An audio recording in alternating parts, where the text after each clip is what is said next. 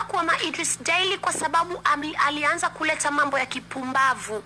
Me, I don't like watu ambao wanajifanya ni timu wema alafu they're just crazy people.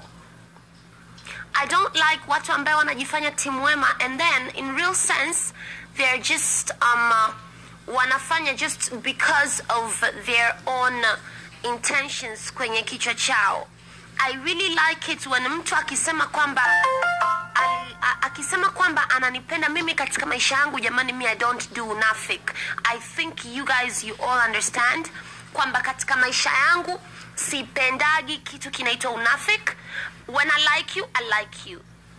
You understand? If I don't like you, I don't like you. I am not scared of anybody in this world.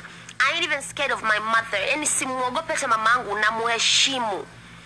You understand? So the only person I'm scared of